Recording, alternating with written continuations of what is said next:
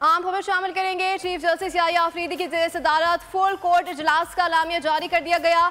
Justice Mansoor Ali Shah ने video link से full court इजलास में शिरकत की है। रजिस्ट्रार सुप्रीम कोर्ट ने जजेस को ज़ेर मुकदमात पर ब्रीफिंग दी है।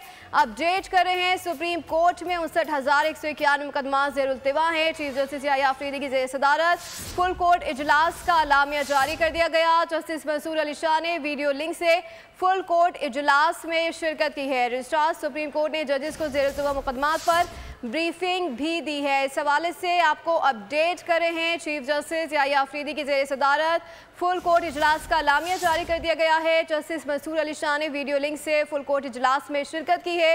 रजिस्ट्रार सुप्रीम कोर्ट ने जजेस को ज़ेर-उल-तिवा मुकदमात पर ब्रीफिंग भी दी है। प्लानिंग पर अमल दरामद के लिए चीफ जस्टिस से मुख्तलिफ तजावीज़ पर मुशावरत की है। सब्सक्राइब करें और बेल दबाएं ताकि कोई खबर रह न जाए।